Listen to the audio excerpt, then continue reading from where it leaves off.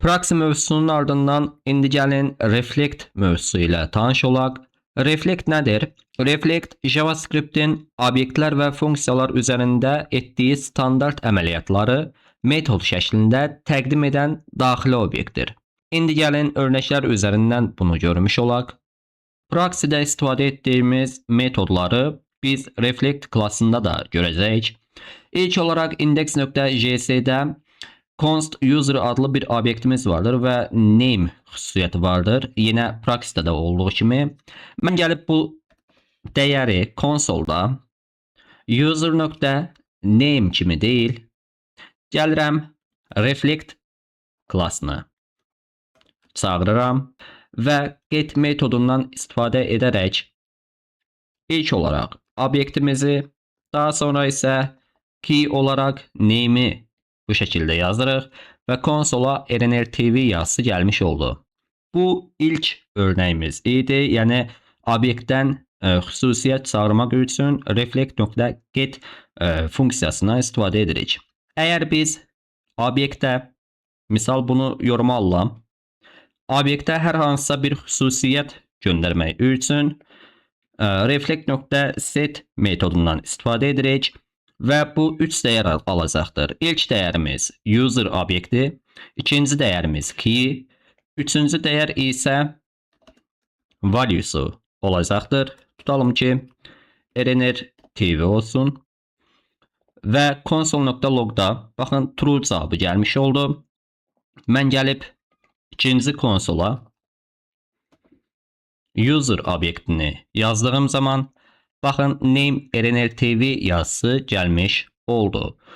Bu da obyektdə reflect.set metodundan istifadə edərək key və value dəyərlərini bu şəkildə göndərmiş olduq.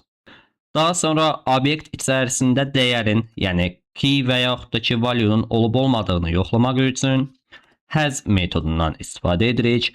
Burada da yine bunu silirik. Hətta bunu da silmiş olaq.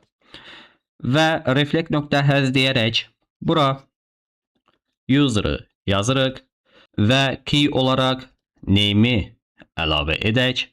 Baxın true cavabı gəlmiş olacaqdır. Yəni user içərisində name adlı key'imiz vardır. Mən gəlib bura age yazsam, baxın false bir dəyər gəlmiş olacaqdır. Yəni has metodundan istifadə edərək boolean bir dəyər geriyə göndərmiş olduq. Yəni bu da true və yaxud da ki false cavabını qaytarmış olacaqdır. Daha sonra obyekt içərisində dəyəri silmək üçün bunu konsoldan çıxaraq ilk öncə. Daha sonra bura delete property deyirik və ilk olaraq user'ı, daha sonra isə name'i yazırıq və konsola user'ı oxutduğumuz zaman baxın boş bir obyekt gəlmiş olacaqdır. Yəni hal-hazırda name user obyekti içərisində name xüsusiyyəti yoxdur. Əgər mən gəlib bunu yoruma alsam, konsola baxırıq. Baxın name rnr-tv yazısı vardır. Yorumdan çıxartdığım zaman isə içərisi boş şəklində gəlmiş olacaqdır. Daha sonra obyekt içərisindəki keyləri bir array içərisində, yəni massiv içərisində yazmaq üçün reflect.open keys metodundan istifadə edəcəyik və sadəcə obyektin adını yazırıq və bunu buradan götürüb konsola qeyd edirəm. Və baxdığım zaman konsolda massiv içərisində sadəcə key adları gəlmiş oldu. Əgər mən gəlib bura age də yazsam, baxın bu şəkildə iki dəyər gələcəkdir. 0-cı və 1-ci indeks və uzunluq isə 2 olaraq gəlmiş olacaqdır. Bu da keyləri bir massiv içərisində bu şəkildə yazırıq. Daha sonra funksiya yazmaq üçün isə gəlirəm function name olaraq yine toplam əməliyyatı olsun. Parametre olaraq A və B yazıram. Geriyə return A plus B-ni göndərmiş olsun. Və konsolda reflect.apply metodundan istifadə edərək ilk olaraq obyektin özünü, daha sonra ikinci dəyər olaraq null və üçüncü dəyər olaraq massiv içərisində tutalım ki 2 və 3 rəqəmlərini yazıram. İndi nəticə olaraq bizə error verdi. User is not function. User yox, üzr istəyirəm, sum yazıram. Və konsola baxdığım zaman baxın 5 cavabını almış olacaqdır. İndi burada null nədir? Null biz proxy dərsini keçdiyimiz zaman orada disarg yazmışdıq. O disarg nə üçün istifadə olunur? Gəlin bunu mən deməyim, bu dərsdə deməyim. Bu dərsdən əvvəlki dərsə baxmış olun, 38-ci dərsdir, səhv etmirəmsə. Orada mən bu haqda ətraflı məlumat vermişdim. İndi onda siz özünüz yazın. Edə bilsəniz yorumlarda qeyd edin. Edə bilməsəniz sizlərə kömək olaraq yorumlarda deyəcəyim. İndi deyəcəklərim Reflect haqqında deyəcəklərim bu qədərdir. Sadəcə ən son olaraq proxy ilə Reflect'in işlənmə mexanizminə baxmış olaq. Deyək ki, const user bərabərdir.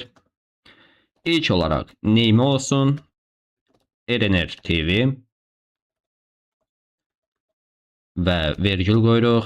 Yaş olaraq isə 25 yazaq və const proxy yazıram. New proxy klassını çağırıram. Daha sonra user obyektini yazmış olam. Daha sonra get metodundan istifadə edərək bir target alırdı.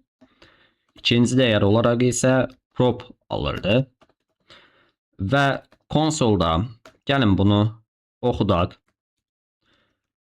Dollar işarəsi yazaraq ilk olaraq prop'u oxuduram və oxundu yazısını yazmış olam. Daha sonra bu geriyə bir dəyər göndərəcəkdir və mən bu dəyəri reflect klassından istifadə edərək reflect yazıram və reflect.get metodu ilə target'ı və prop'u göndərmiş olam. Daha sonra eyni qayda ilə set metodunu yazıram. Bu da target, prop və value göndərəcəkdir. Hətta bura vergül qoyuram. Səhvi düzəltmiş olaq. Daha sonra prop və dollar işarəsi value-nu da qeyd edək. Və burada da dəyişdi yazmış olaq. Daha sonra reflect.set metodundan istifadə edərək target'ı, prop'u və value-nu geriyə göndərək. Daha sonra konsola.log ilk olaraq proxy.name'i sarmış olaraq. Baxın, name oxundu, RNR TV yazısı gəlmiş oldu. Yəni bu sətr artıq çalışdı. Və ikinci proxy.h yazam. Bərabər edirəm, tutalım ki 30-a və konsola proxy.h deyə yazıram və bunu yoruma alaq. Burada da age 30 dəyişdi, age oxundu 30 deyə gəlmiş olacaqdır. Bu şəkildə JavaScript-i daha səliqəli və daha təhlükəsiz yazmış olduq. Ümumiyyətlə, real layihələrdə bu şəkildə yazılış daha perfekt hesab olunur. Çünki biz lazım olacaq bəzi əməliyyatlarda bu klassların köməyindən istifadə edərək yoxlamış da ola bilirik. Səhvləri bu klassların köməyi ilə tapmış ola bilirik. Ona görə də yazılım dünyasında belə deyək, developerlər bu kimi yazılışlardan istifadə edirlər. Yəni deyə bilmərəm ki, bu yazılış o qədər də çətindir. Xeyr. Yəni gördüyünüz kimi asan kodlardır. İlk başlayanlar üçün bəli, çətin ola bilər. Amma sonradan bunun necə bir asan kod olduğunu görmüş ola biləcəksiniz.